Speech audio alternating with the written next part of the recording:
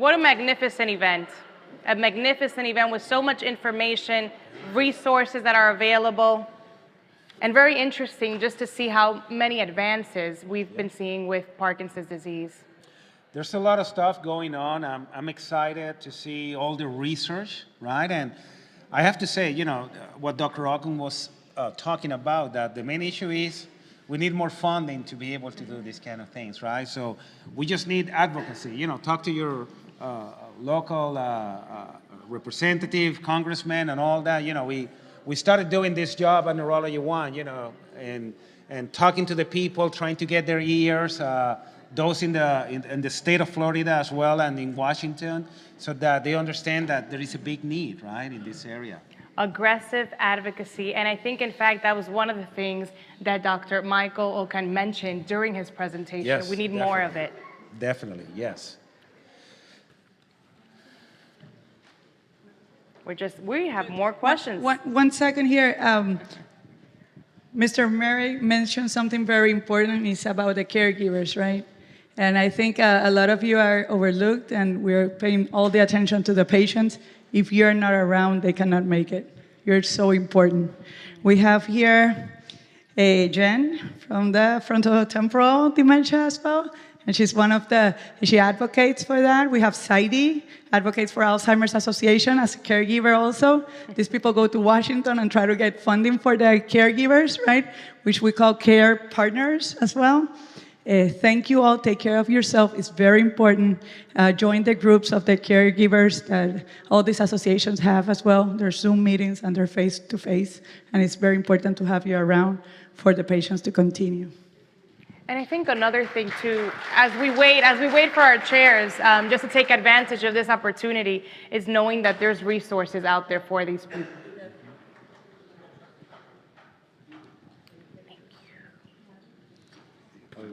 All right. The moment we have all been waiting for.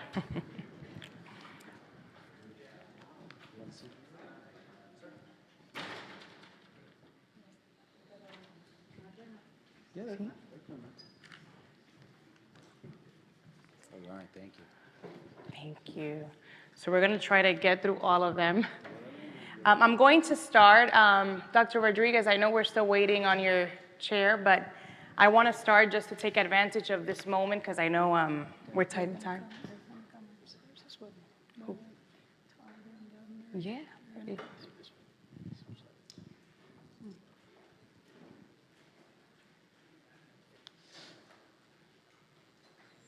What I'll do here, we'll ask the questions, and then Dr. Benes or Dr. Rodriguez, you guys can decide who wants to answer.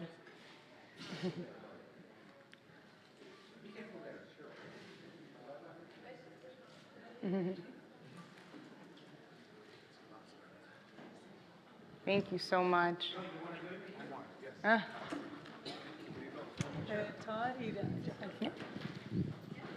You want me to move over? Yeah. Okay.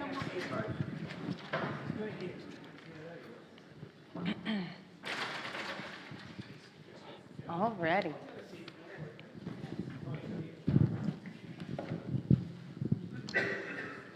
All right, so let's start.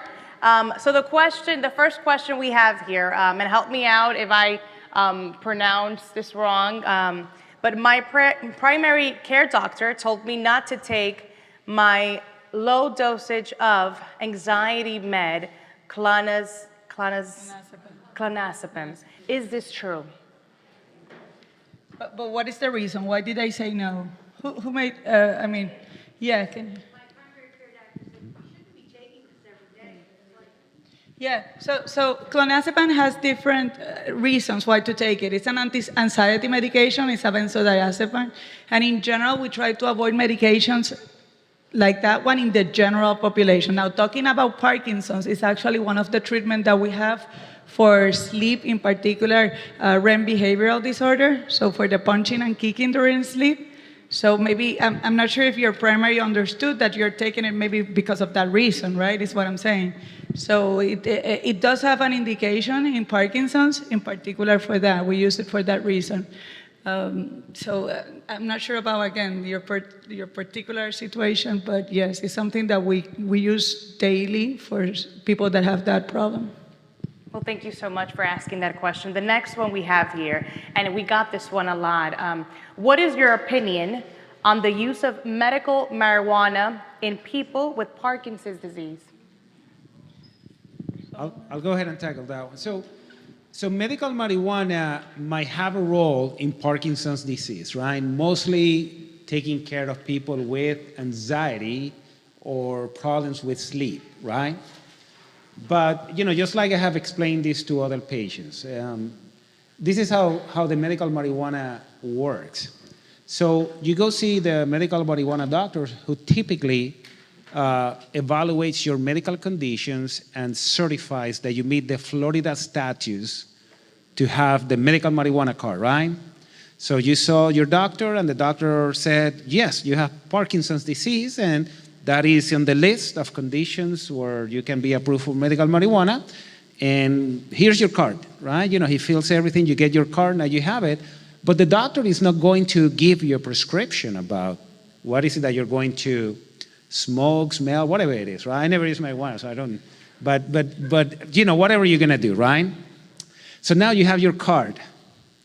And then you go to the medical marijuana dispensary, and you're gonna meet Jimmy. Jimmy is Gina's son, and Gina is the secretary of the church, right? Very nice lady, and Jimmy has a part-time at Subway in the morning, and then he has another part-time in the afternoon at the dispensary. And now Jimmy, you're gonna go to Jimmy. Jimmy, here I am. Save me, right? Fix me up. I saw Dr. Rodriguez, he couldn't do anything. Now I need you to fix me up, right? So that's typically what happened. And then Jimmy is gonna look to the side, and he was told that morning, you need to move those boxes, right? You need to move that product. It's gonna expire next month, so get it out, right? And I have seen a lot of my patients come in with very high dosages, having side effects of the medical marijuana and all that. So I guess that there might be a way to do this and do this well. Cannabis is not new. We have been working with cannabis and doing research for over 25 years. And there's something called Marinol, which is like cannabis synthetic that people can take, and it has been available for a really long time. So I guess there is a way to do this. We just don't know how to do it well, but for stress, anxiety, I think that it might be a reasonable option for people to try, okay? But just make sure that you find a doctor that will be able to guide you into this, because we cannot do it because we don't have studies that we can tell you with precision what is it that you're going to do. Thank you so much, Dr. Rodriguez. Our next question here. If a DBS device stops addressing issues because the disease has developed around them, should the device be removed? So actually, I have an answer for it. I'm going to tackle that, Luli, okay?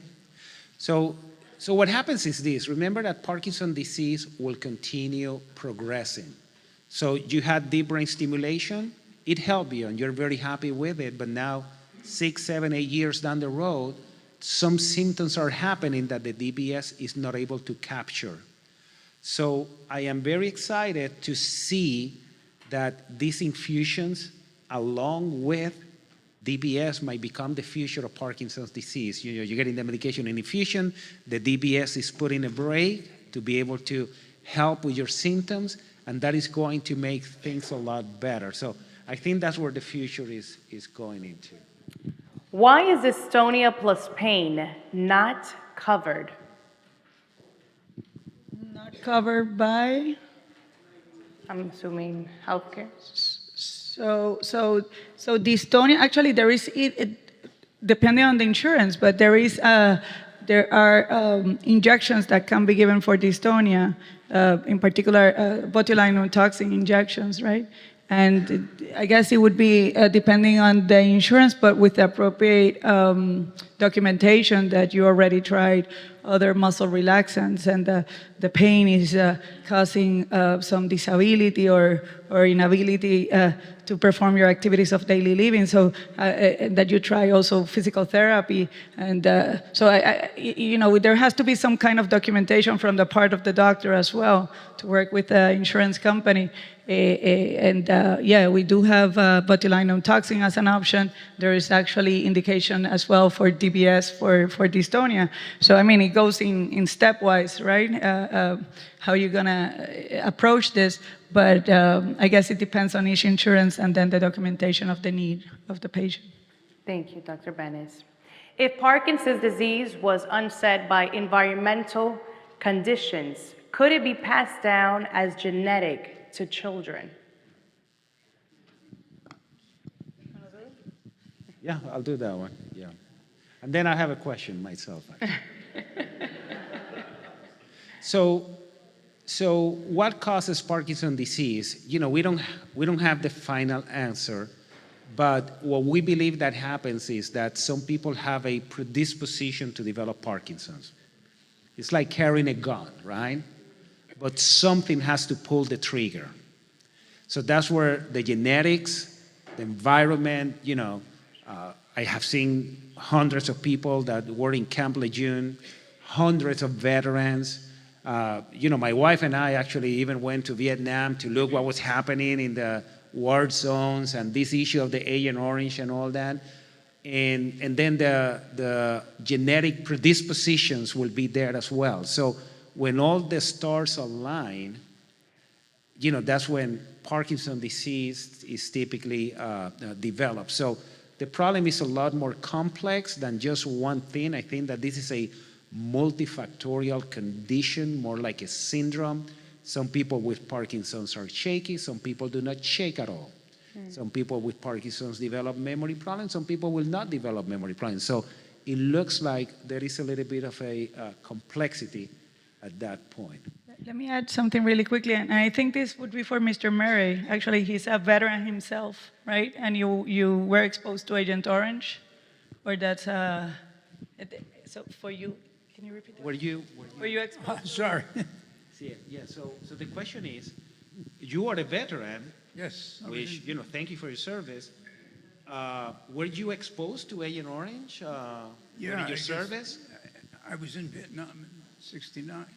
Okay. Which was at the height of the war. And Agent Orange was being sprayed all around us, particularly since I was in the infantry. You want to get the microphone a little bit closer? There you go. Okay. Can you hear me in the back? Okay. Yeah, I was in the 25th Infantry Division in Vietnam, Cu Chi. We threw all kinds of things. We had yes, I'm sorry. You were exposed to this thing. Yeah, yeah, and I first... And I had that question actually from your son in one of our appointments. He asked me, are my risk higher because of my dad having Parkinson's, right? So how much of this is genetic, or how much it was your exposure as well to a predisposition that you maybe had as well? So the question was more, how much of this, if my dad have Parkinson's, what are my risks if everything is genetic, or the environmental exposure as well? Yeah, so I think that the environment exposure. Environment exposure most likely trigger that. So I actually, I have a good question. So to Todd, right? So I want to ask you, as you were going through your journey with the diagnosis of Parkinson's disease, what kind of information you wish you would have known? And I'm talking me as a physician, right? That when the next Todd comes, I want to learn from you, your experience, so I can help the person coming next in a similar situation. Is there something that you can say that you know that you can tell, I would have loved to know this, or at least my doctor mentioning this or that? I would say I was maybe a little bit cocky when I first got Parkinson's and didn't think I needed to do all the things I needed to do. So I would kind of maybe gloss over the exercise question or stuff like that. And I haven't developed great habits on that front. So I think I wish I had been a little more diligent on some of that stuff right at the outset, right when I first started getting symptoms. But I was working like everyone else and trying to find reasons to justify not doing certain things. So I just wish I had really gone full bore at the moment one I had this diagnosis, I think.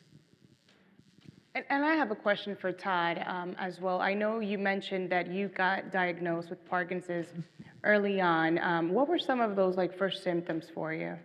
My very first symptoms were I was training for a half marathon. I would run 5 or 6 miles pretty good. And then as I was stretching out the like miles 6, 7, 8, I would start getting like a little like rigidity, I guess, in my shoulder. My gait was getting a little weird. And I just thought it's because I was extending my runs, getting a little bit longer with them.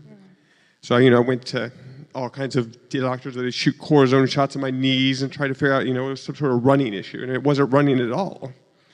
And it, I guess to me, is at some point the doctor said, I just don't know what it is. He just kind of throws his hands up.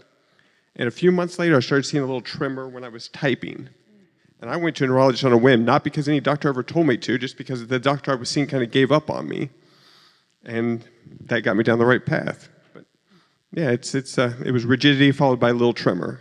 But the tremor is what made me see a neurologist. It was not the rigidity. And none of the doctors I saw ever thought about that. So Thank you so much for Even though we think that Parkinson's, that we hear all in the room know about that word, you would be surprised of how much people do not know what is Parkinson's, especially starting from us, from the physicians, general physicians, even neurologists, that would not think about that diagnosis in somebody like Todd because of his age, right? He's pretty young. So you're expecting somebody that is after what? After 65, 70? And then all of a sudden you have Todd at 30-something, right? Having this symptom. So he's going to be, that's unfortunate because that's when you have these doctors giving up. Because first of all, they don't even know, right? And not knowing is not good. I mean, it's not an excuse, right? You should continue to look up. I mean, if you have a patient coming to you and telling you, I have this and I was not like this, something happened, right? And we don't know everything, but that's why we need to collaborate as well. And as doctors, we have to always try to look into, let me see how can I help you, like be there during their path. That's one of the reasons that we actually continue to practice medicine. At least Rodriguez, I know Ramon and myself, we have the same thinking process in the sense that a lot of patients will ask us, why, I mean, there is no cure, why are you still there? Isn't that like kind of depressing for you? And I don't think so. I think that even holding the hand, even giving hope, even trying hard to, let's just come to a plan and let's do it together is important for everybody, right? So that's probably how you felt. I mean, being so young and nobody kind of... I would say one of my favorite things, I meet a lot of people, obviously I meet a lot of young onset, but also just regular onset, I guess. And almost every Parkinson story begins with the story it took them to get diagnosed. It took them 6 months, it took them a year, it took them 2 years. I hear that over and over and over again. And I think that's one of the big frustrations for me is like there is no magic test that you can just figure out what it is right away. And so that frustrating 2 years is a really, demoralizing thing, I think, for anybody. So, and I hear that over and over and over from people of all ages with this condition. And, just a follow-up to what Todd just said. As I mentioned earlier at the beginning of this program, I mentioned with you all that my uncle was just diagnosed with Parkinson's disease. My father's taking care of them. 2 years ago, I lost my grandma who was diagnosed with Alzheimer's disease. Now, I am 35 years old. My question would be to Dr. Rodriguez and Dr. Lourdes, like, what can I do now at this stage? Because clearly there's something in my history, my family's history. Yeah, you cannot change your family, right?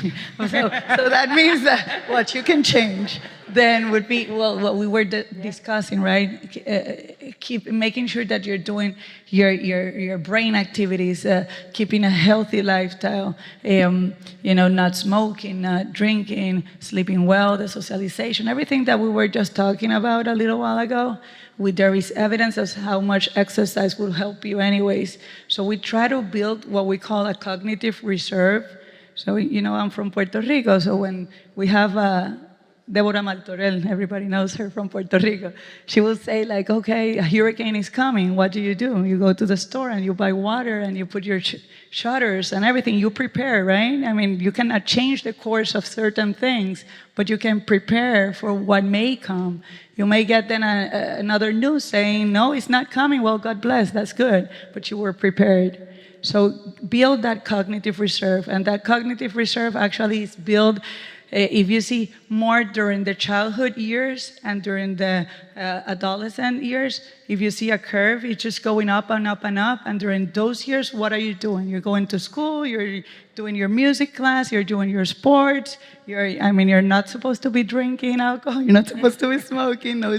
So what I'm trying to say, during that time is where you actually are building up that reserve that is going to protect you. Now, what happens that then it plateaus or it actually can go down, and it's about that age that we decide what to do. So that means when we go to college, are you going to continue to learn new stuff? Are you going to continue to go that path?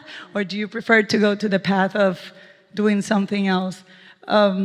Sometimes we're forced to do it, and I had this conversation with a Hispanic group. They were telling me, well, back in my country, I didn't have that option of just continue to learn. I have to go out and work, and I have to have 2 or 3 jobs, right?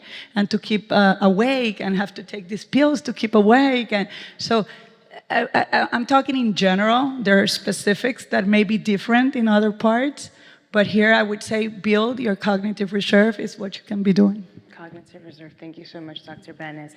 So let's continue with some other questions that we received. We talked about the intersectionality of Parkinson's disease and veterans. What other intersectionalities are being or should be explored? So, from my perspective, the main thing is that a lot of veterans have been exposed to toxins and chemicals and stuff like that, during their military career, and we believe that might be a trigger or pull the trigger right to the gun to develop Parkinson's disease. But so that's what we know at this point. I think that we will know more as time goes by and we collect a lot more information. However, the one message I have for the veterans is that I always encourage veterans to continue engaged with the VA, because sometimes in order to get certain treatments and to get some help, having the backup of the VA is very useful, right? So sometimes I see some veterans that they're having a difficult time affording their medicine, but they have never started the process of connecting with the VA. So just get that process going, right? And at some point it will come handy. We have a lot of people that we were able to change from their regular insurance to the VA, and the cost of their treatment now is much, much, much better, and we can get help for them and fix the bathroom and do so many other things. So just be aware of that. And I will add something that is not for the VA patients, but rather for the regular, people that are non-VA. Other things, we are exposed to other things as well outside. Definitely veterans were exposed to specifics, but from our standpoint, pesticides, look into that, and also traumatic brain injuries, head traumas it could be due to a motor vehicle accident, but it could be due to sports. And you saw Muhammad Ali a little while ago over there in a video, right? So you have boxing, you have football, you have soccer, you have hockey. They're taking their precautions, and that's why you see all those advertising, right? That they're using the helmets with this protection and this and that. But those kinds of stuff could be triggers as well, if you're, prone to that.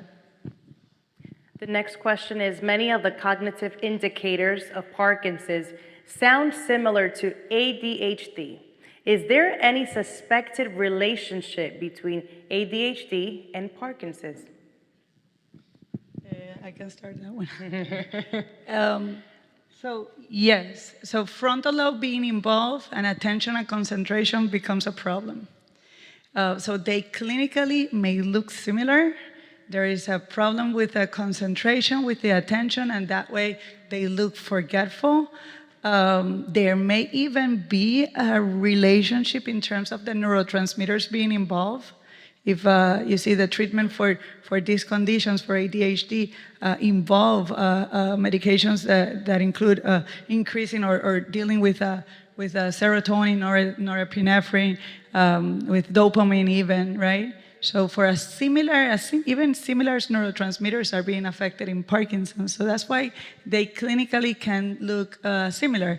Now, another situation could be many years ago, like, ADHD was not even in the panorama. You were at school and you were distracted or you were hyperactive, and they would not call you like you have a formal diagnosis of ADHD. They will call you like, sit down and stay quiet, or you're just spacing out, or they call it whatever else, but they didn't come with that diagnosis. So what about if actually these patients did have ADHD and were never diagnosed, and now we're seeing them as an adult, and now they happen to have Parkinson's as well. So things can get complicated, is what I'm saying, and most of the patients have more than one thing going on.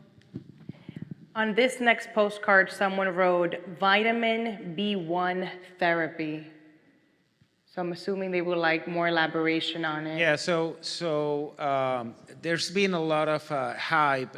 There was a lot of hype years ago about vitamin B1 being a cure for Parkinson's disease, given very large dosages. And then that was one of the doctors, the doctor is an Italian doctor. Unfortunately, he died of COVID, and things start slowing down, and now somebody's picking that up again. The truth is that we don't have the evidence. I do have patients that they have tried to follow the same program, but they cannot tolerate the very high dose of vitamin B1, and so they have to cut it. So, we don't have the answer to that. We have looked into, and this is for many of you to know. Listen, we have looked into coenzyme Q10. We have looked into something called creatine. We have looked into some other natural supplements to see if they can help slow down the progression of Parkinson's disease. So we used tax dollars to look into that, and the studies were negative. So obviously, just like everything, if the study is negative, there's not a lot of hype about it. And this is not a pharmaceutical company doing these studies, right? We're just trying to answer the question. So we answer the question, and me as a doctor, I know the answer, and that's it. Obviously, if it is a pharmaceutical company and it is positive, the study, they want to let everyone know, right? And there was this investment, so they'll do it. And the same thing will happen even if it is a regular medicine. But we don't have evidence that vitamin B1 is the cure for Parkinson's disease. And listen, if it is, I want to know, I don't mind losing my job. We'll move into another disease state, and we'll cure some other conditions. But we were really looking for the answers for you guys. Dedicated doctor. Talking about vitamins, just real quickly, a lot of people would just buy vitamins in out of proportion ways. If there is a deficiency, yes, there is room for it, and there is evidence of certain vitamins causing memory problems if you don't have the adequate levels.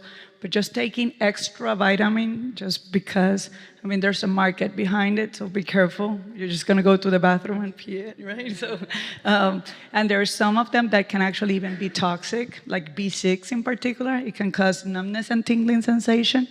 So be careful. It has to be monitored by a doctor. You have to have the levels checked, and then, with appropriate guidance, go ahead and do it.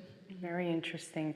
What is your opinion about PS128, a gut-brain probiotic by Nouvelle? Yeah, so, and we'll come back with a better answer to that. However, I'm not sure if we're talking about the same thing, but there was a probiotic in Taiwan that was evaluated for Parkinson's disease, and what they found was that there seems to be better absorption of carbidopa, levodopa, and the Parkinson's medicines in people that were taking the probiotic.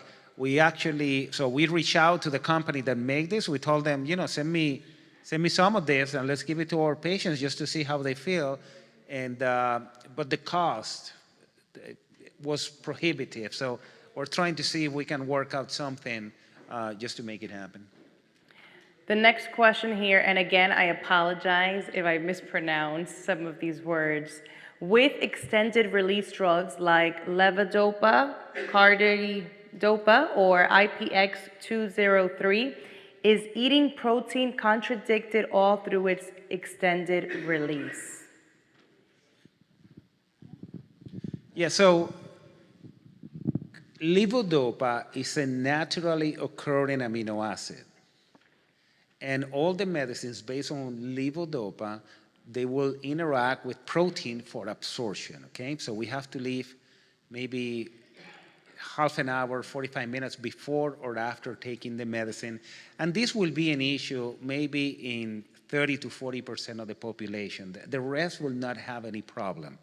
So those that have the problem, they will know. They'll figure it out like, wow, whenever I eat my peanut butter and jelly sandwich, or I take the protein shake after going to the gym, those ones will notice that the medication is not working well for them, right? So they will know. So I tell people, listen, don't, I have some people that when I tell them, listen, just eat whenever you want, they're like, oh, doctor, I feel so liberated. That's so easy, right? But if you are the one that is going to have the problem, then we'll have the conversation later. The next question here, can the treatments or exercises like boxing be covered by the insurance company? I have United Healthcare and I pay $70 monthly for my boxing. It depends on the insurance, exactly. There's some insurance coverage that they have for a gym to be involved in that, so take advantage of that.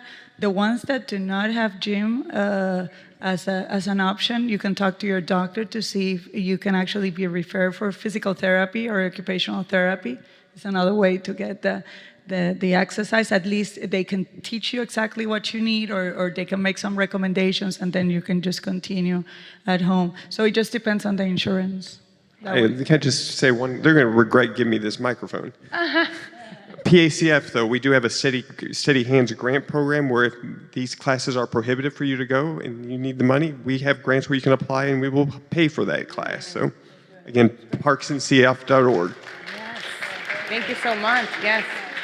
So Giselle, I have a question here coming from Zoom, which is, I wonder if there is a connection between our past ancestors farming and future generations getting Parkinson's disease. Can these toxic pesticides become part of the DNA? And so the message is, her dad worked in a farm for many years. He was diagnosed with Parkinson's disease, young onset Parkinson's disease at 49 after seeing multiple neurologists. So I don't know. I think everybody will have a different opinion. I think that the exposure has to be the person per se. I cannot see the pesticides causing a mutation that is going to be passed on. Although I don't know the full answer, but I just don't think that will be the right answer. So I don't know. Maybe once again, maybe an exposure to something else might have been the main problem. So we have only 5 more minutes, so I'm just going to try to read some more questions. The next one says, can someone with DBS change to new form? Can someone with DBS change to new form? So I don't know what I'm not sure exactly, but the question is. I'm not sure what is new form. What do they mean with that? I don't know. Probably the newer ones that you were talking about. You were talking about the ones that have one wire versus the other ones. That's probably what they mean. Yes. So I'll answer that. So we can have access to newer batteries, the longer acting batteries and so on.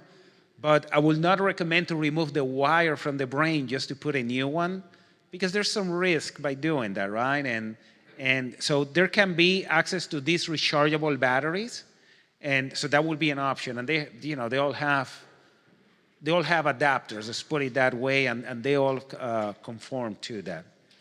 So I just have a quick question, and once again, coming back to Lloyd, right? Lloyd, what would you tell people that they say that they don't find time to exercise? I make that excuse myself. But you can't not find exercise. There's no doubt in my mind from how I feel, how I see other people feel. When you exercise, it improves your symptoms. Just is the one guarantee is going to work. Yeah, I mean, you take a drug, take a trial, I don't care what it is. Maybe it's going to work, maybe it isn't, but I guarantee the exercise, you make time, you just have to do it. Yes. And when we speak about exercise, Dr. Benes, you may comment about this. People believe that as we tell them you need to go exercise, now they have to go to TJ Maxx and buy multiple outfits and expensive sneakers and all that kind of thing. But can you just comment quickly about, what would be a good exercise? Stuff that people can do at home, right? So in Parkinson's in particular, it's going to depend on what stage you are and what are the limitations that you have. If you're someone that can actually do cardio and go on a bicycle or walk and with a safety being in mind first, right? Go ahead and do it. If you have not done exercise, like in 10 years, don't start half an hour 5 times a week, because you're not gonna last, right? So start, with a pace that you can tolerate, but that you're actually not chopping around and just. There has to be a balance between what you want to accomplish, but we want this to be a marathon, not a sprint. So we want this to be a change in your life. So build it up every day, or every week, right? If you were doing 10 minutes, go for 11, if not for 12. Now, if you're at another stage that when you're walking, your balance is affected, or there's a high risk of falls, then the exercise has to be changed for the one, right, for your needs. So that's when the therapists in particular play a very good role, just to tell you exactly what are your needs. And yes, there are some exercises that can be doing sitting. You don't need to be walking only. There are exercises that are for strength as well, not only cardio, and both of them are important. So the question is pretty broad, but what I'm trying to say is, like, push yourself to a little bit more all the time. And again, it's a change in your lifestyle. It's not for a month and buying all this cool outfit and just leave it in the closet, right? Who wants to exercise with Lloyd after this? Who wants to exercise with Lloyd? Who wants to exercise with him? Me. Say, one suggestion I have is, if you have a friend or more, we had a walking group down my street that met every morning and walked 2 miles, 3 miles, whatever. Makes a huge amount of difference. The other thing, personally, I look on it as my health club dues. I cut the grass, I look for that kind of thing that can give you the same cardio benefit. But it's important to get somebody to hold you accountable in that process. I don't care whether it's your spouse or friend or who. Just have somebody else make you show up.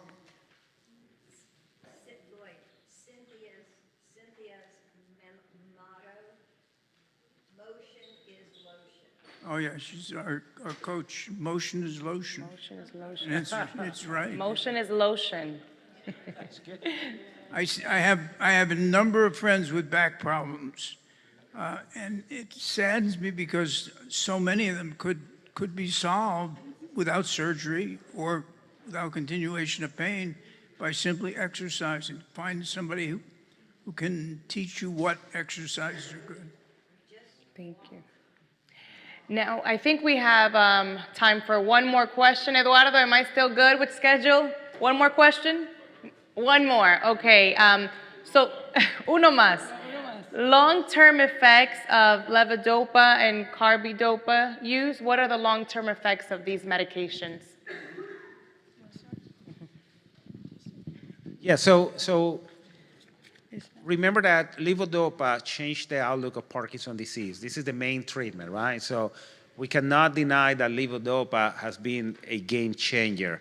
The issue is that we have learned that people using larger dosages of the medication, they can develop motor fluctuations, they can develop dyskinesias. But on the other side, not using it will develop, severe tremors, inability to walk, and so on, right? Just like Dr. Oken said, and I always recommend people, it can cause some problems with neuropathy in our impression. That's why we tell people to use vitamin B1, B6, B12 as well, and folic acid. And this is something that we recommend our patients because we believe that we need to replace this. But there should be no levodopa phobia. There is no toxicity in the brain of the people using levodopa. So don't be afraid. Just work with your doctor. One thing to add over there, I know that the fear comes because of the abnormal movements that can happen due to this. Now, remember that part of it is also the disease progressing and the sensitivity to the medication as well, right? And the threshold that needs to be met in order to cause those side effects become narrower. So there's a lot of other explanation behind the scenes for that. So don't be afraid of it. I think it would be the message, right? Dr. Benes, Dr. Rodriguez, Todd, Lloyd, thank you so much for sharing and answering a lot of these questions. They're going to be hanging around here as well, so if you guys want to approach them, please feel free to do so. Thank you again for joining us here at the Brain Impact Summit. It's been a wonderful event, just learning about all the resources that are available